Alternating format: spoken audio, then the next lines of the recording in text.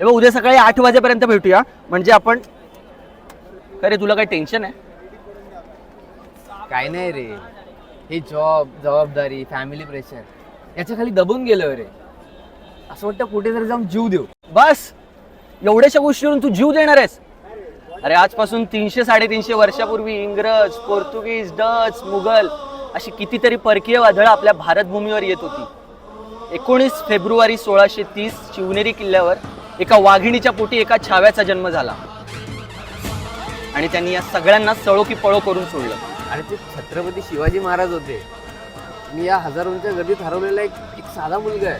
तू साधा मुलगा नाहीयेस, तुझ्यात पण त्या मावळ्यांचा अंश आहे, ज्या मुठभर मावळ्यांना घेऊन छत्रपती शिवाजी महाराजांनी स्वराज्याचं तोरण बांधलं होतं. आणि सोहम, त्यावेळेत आणि यावेळेत फरक आहे.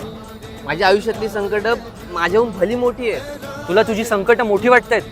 आता आठवते अफजल्याचा वध, 6000 मुघलांसमोर 300 मावळ्यांना घेऊन रक्ताच्या थारोळ्यात भिजलेले बाजीप्रभू आठवतो पुरंदराचा तह, आठवते मुरारबाजींचं मुंडकं छाटून शत्रूला कापणारा त्यांचा देह, आठव हंबीरराव मोहित्यांचं बलिदान. आता या सगळ्यांसमोर तुला तुझी संकट मोठी वाटतायत?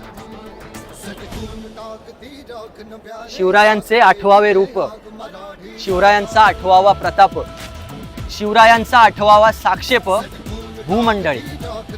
अरे त्या औरंगजेबाच्या नाकावर टिचून महाराज 32 मणाच्या स्वर्णरत्न जडीत सिंहासनावर विराजमान झाले.